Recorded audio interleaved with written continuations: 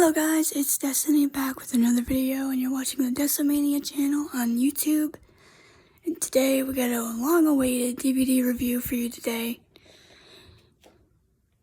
WWE Hall of Famer, one of the greatest managers, maybe the greatest manager in wrestling history. Ladies and gentlemen, my name is Paul Hayman. That's going to be the DVD we're going to be reviewing today. Mr. Paul Hayman, Mr. ECW, Mr. I don't really know what, controversy, what you want to call it. He's still one of the greatest of all time. Like I said, maybe the greatest manager of all time. That's my opinion anyway. It's Paul Hayman.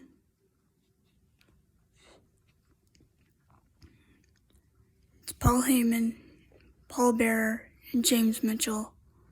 And there's a couple other ones that I have on my top 5 list, but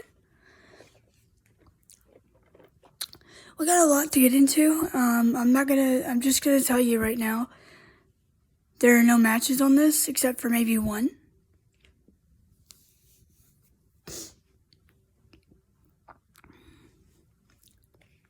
So whatever I run down in the promo section, that's what I'm going to run down. Because I cannot go through all these promos and identify where they are from, except for when we get into ECW and WWE. And maybe WCW, I don't know.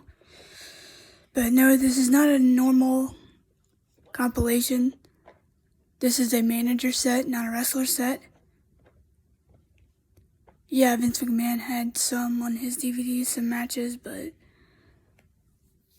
this is mainly just promos and stories. But the documentary is really good. It goes maybe 2 hours. I just got done watching this about an hour ago. Had lunch. Now I'm going to review this and then probably go watch SmackDown after this. I don't know. I'm going to be busy the next couple of days. Maybe the next week. Next couple weeks, really, because I've got a wedding coming up in less than a month. A little over a month. Anyway, please take some time, subscribe to the channel, hit the notification bell, hit the like button, and let's get into it with, ladies and gentlemen, my name is Paul Hayman, DVD review. So this starts off with just him talking kind of about how he got inspiration, and he's kind of shaped into the man that he is today because of his mother. His mom, so many of you, for those of you that don't know, Paul Hayman is Jewish, and he comes from family that consists of a lawyer and a Holocaust survivor. I did not know that until I watched this DVD a couple months back when I got it. But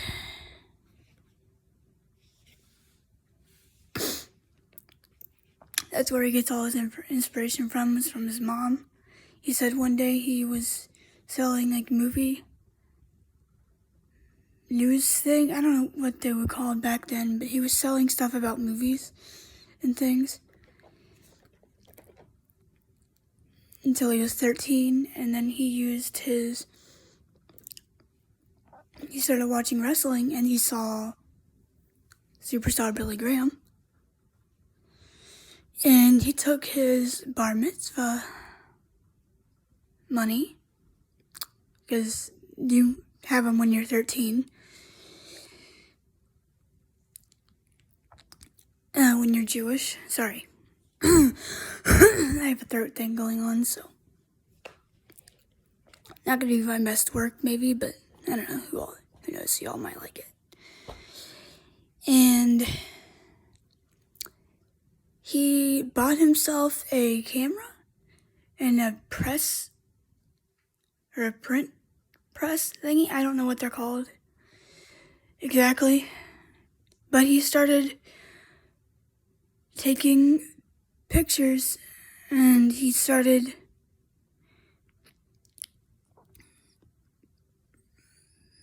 writing about the wrestling stuff in the news column or something of that nature. And he finally somehow got his way backstage working for Vince McMahon Sr. And he took pictures of the matches and then he put them in like the news column or magazine or whatever. And he just started doing all that kind of thing. I did not take notes on this, so bear with me. Everybody that, back then worked with him said that he was kind of a pain in the butt. Bill Apter basically said, I don't know how many times he cost me. Bill Apter, for those that don't know, is a wrestling magazine editor or writer, something to that degree. And he said, how many good shots Paul cost me because he was out there on ringside taking pictures? You'd bump into him and make him miss a shot and all that stuff. But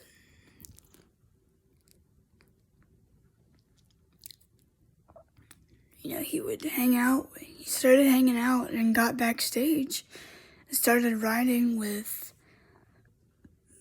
the Grand Wizard, Classy Freddie Blassie, and Captain Lou Albano. And started riding with them.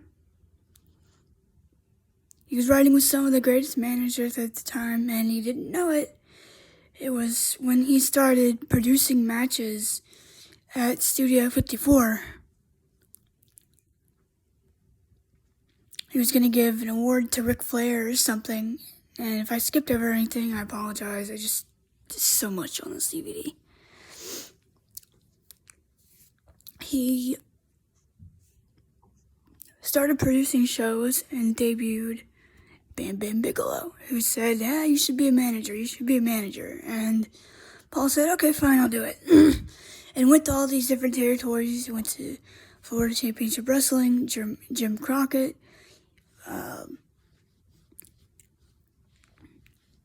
He went to the AWA.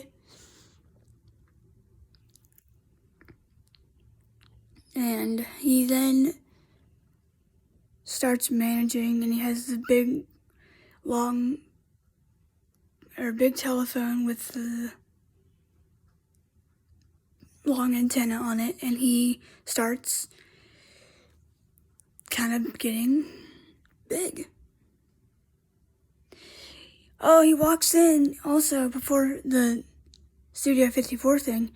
He walked in and kind of got in on the production meetings, and he was taking pictures, and Dusty Rhodes was there, and he was sitting in on Dusty's meeting, kind of in the back so Dusty wouldn't see him, and Dusty finally goes to leave, and Paul gets up, and Dusty's like, what are you doing here? And Paul said, I'm learning from you, and, Dusty finally was like, all right, fine, but, tomorrow bring notes, start taking notes. And he got noticed by Dusty, went to Studio 54, started producing, went to all these different territories, and then finally got into World Championship Wrestling, where he managed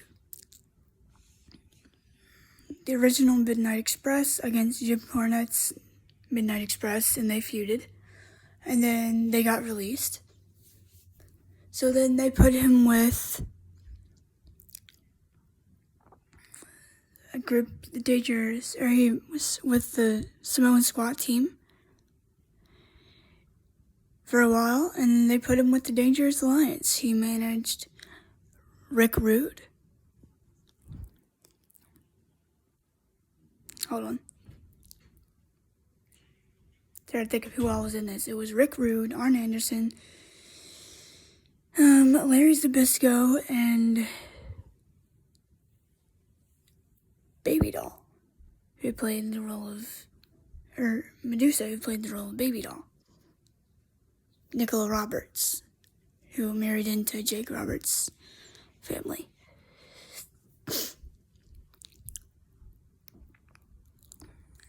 And him playing the role was JJ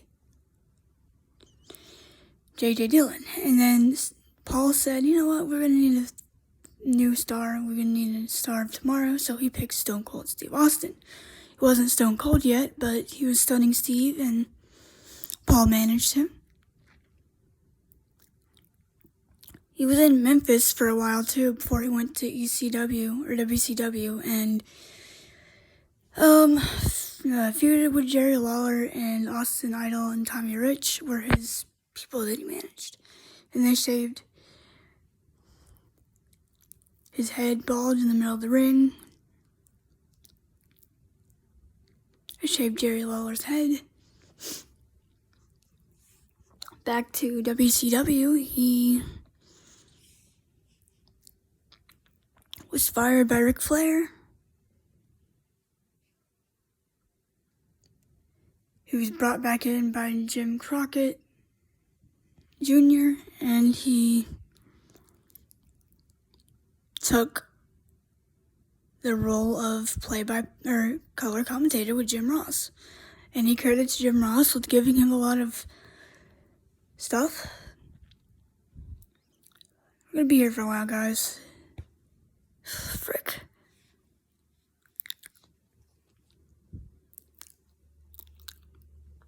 Oh, wow. We're not even at the ECW stuff yet. So, he leaves WCW, he gets sued. Or he sues them, gets a lot of money. He didn't say what for. And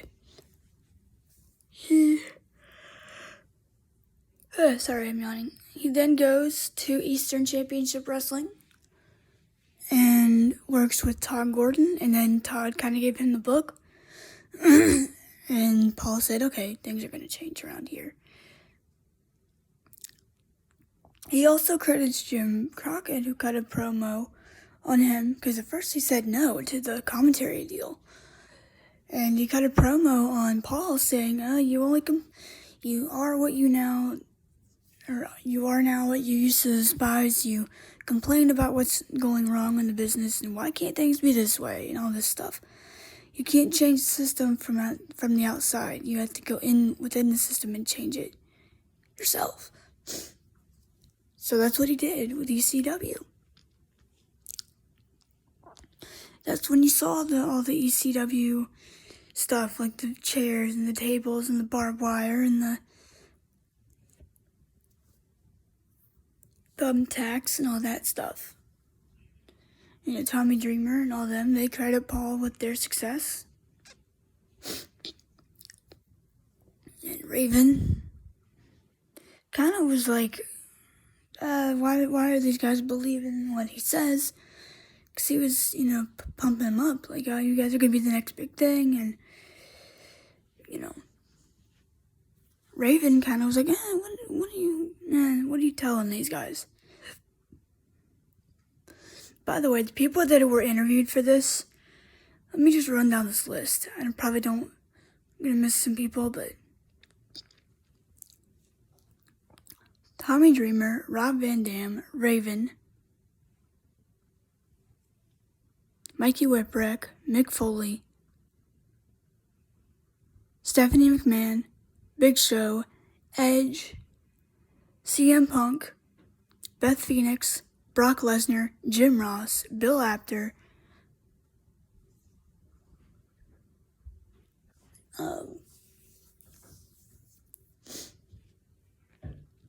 just a lot of people were interviewed for this. I'm surprised Stone Cold wasn't. Raven was interviewed. Did I say Raven?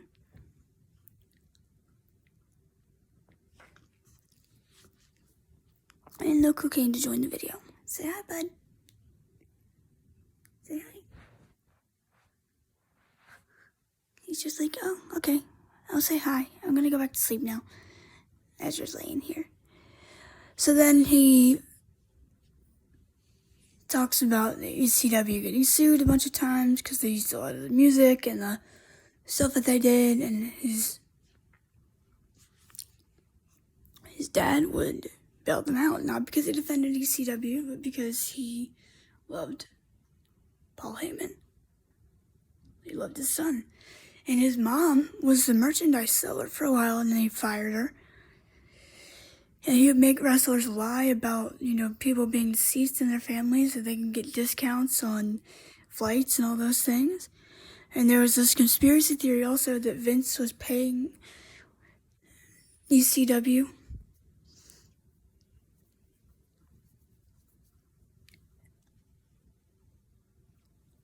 it was Tommy Boy Records that was giving them $1,000 a year or a month to run these shows.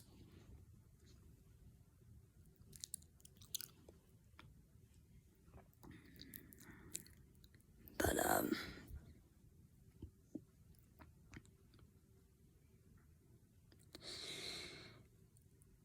finally he has to file for bankrupt after all these years. Sorry, I'm not getting into everything in this DVD. If you guys want to watch it in full detail, I'll go ahead and do it. But I'm just talking about the important stuff. So,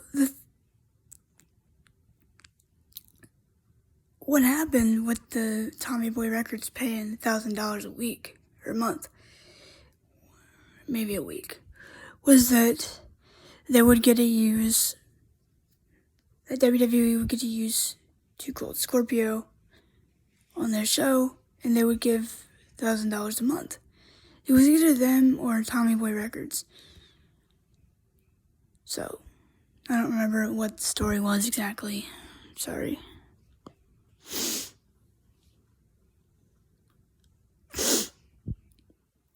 I don't know what the frick's going on with me today. But, anyway, he files for bankruptcy in ECW. He kind of just gave up toward the end there. Tommy Dreamer kind of took over as the boss.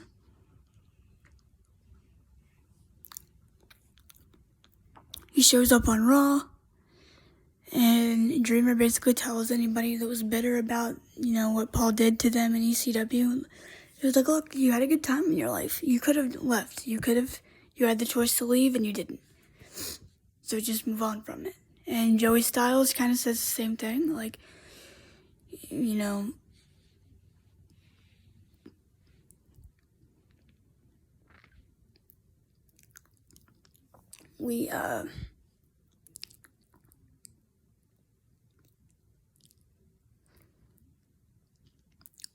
Paul basically waited 90 days after he went on Raw and filed for bankruptcy for ECW. That way, nobody could go after the wrestlers that he paid with that money. And he went on Raw, did commentary. They mentioned nothing about the invasion angle, which I'm glad, because it sucked. He started managing Brock Lesnar. He talks about how him and Jim Ross would just antagonize each other on commentary. Basically, Paul would do it to Jim more. But he started managing Brock. Then he became the lead writer for SmackDown when they did the brand split.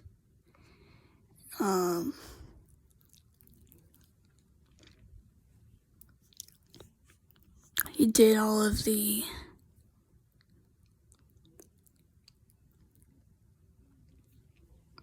writing for SmackDown. What got him fired from his writing job on SmackDown is that he would listen in on the Raw conference calls for Raw. See, I don't know what the problem is with that. This is just me.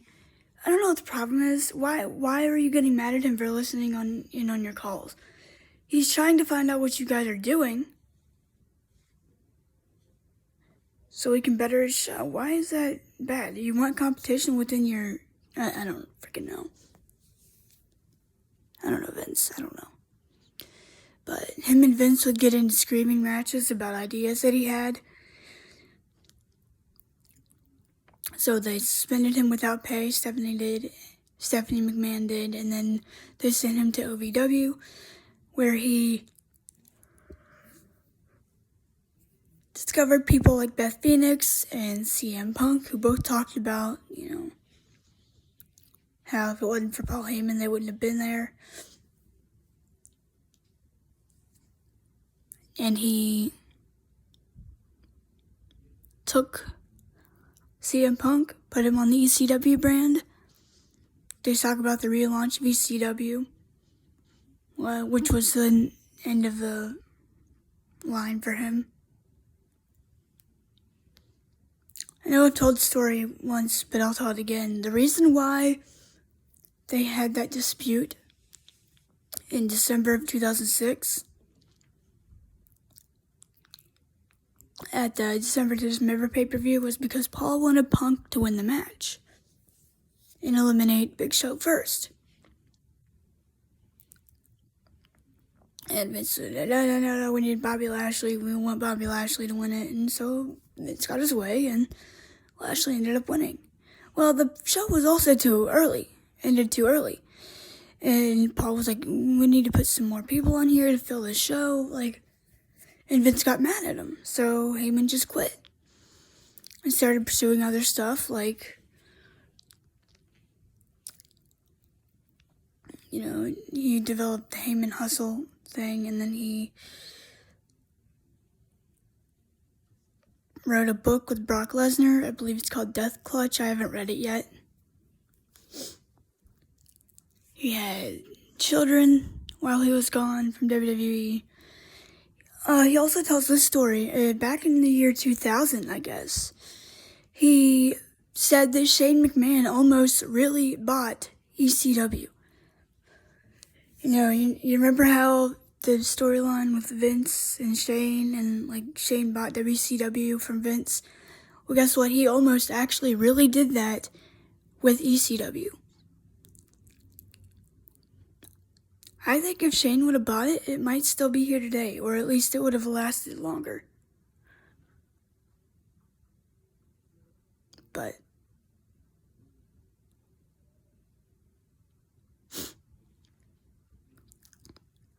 that's pretty much getting to the end of the DVD here. He comes back, works with Paul Heyman and Brock Lesnar, or with CM Punk and Brock Lesnar, excuse me, and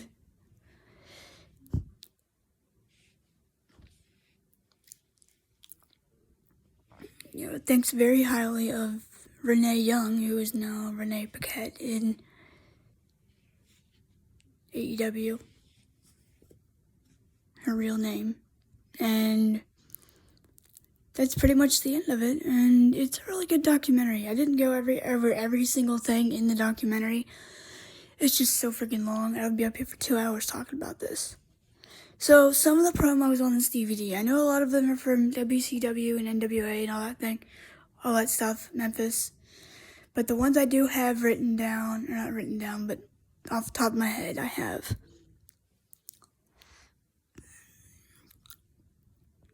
Barely Legal, 1997. The Shoot promo on TNN. The Go Home pay-per-view, or SmackDown Before Survivor Series 2001, Shoot promo on Vince. That's on disc 2, with all the other promos that I mentioned. Disc 2, One Night Stand 2005. One Night Stand 2006. I think there's the one from December to Dismember. If not, I apologize. It probably won't be my best one. There's a promo on Raw about CM Punk. There's one about Brock Lesnar ending The Undertaker's undefeated streak. And then are a couple matches. I think there's only one. There's Paul Heyman and Brock versus the Hardy Boys, I believe, at Backlash or Judgment Day 1. I don't remember. But that's the DVD pretty much. Sorry if I didn't go into so many details on this. I just couldn't keep up with everything. It's hard for me to sit still and watch all these and take notes. Maybe if I had something to take notes with, I could do it, but don't have a bro note yet. But if you want to go check this out for yourself, there's mainly promos and stuff on here. That's why I didn't go over every one like I do for matches.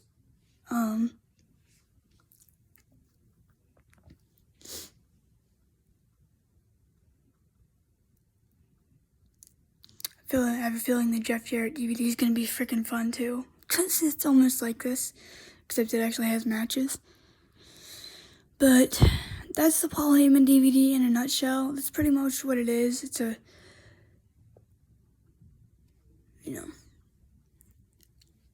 managing. He's one of the greatest managers of all time. You hear about his success and his struggles, and that's pretty much it.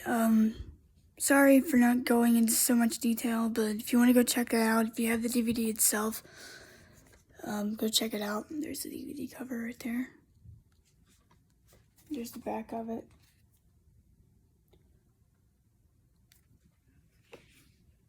Here's the inside of it. There's another thing. I don't know what's on that one. But I don't know. Anyway, that's Paul Hayman DVD in a nutshell. And I did enjoy it. I wish I would do more of these. Or I wish I would have done more of these, but, there's no DVDs anymore, but good one. Go pick it up if you haven't already. If you want to know more about Paul Hayman and maybe the managers and stuff in the business, go check that one out. It's really good. Highly recommend it, and I'll see you guys probably tomorrow with WrestleMania 17. I'll see you guys tomorrow. Peace.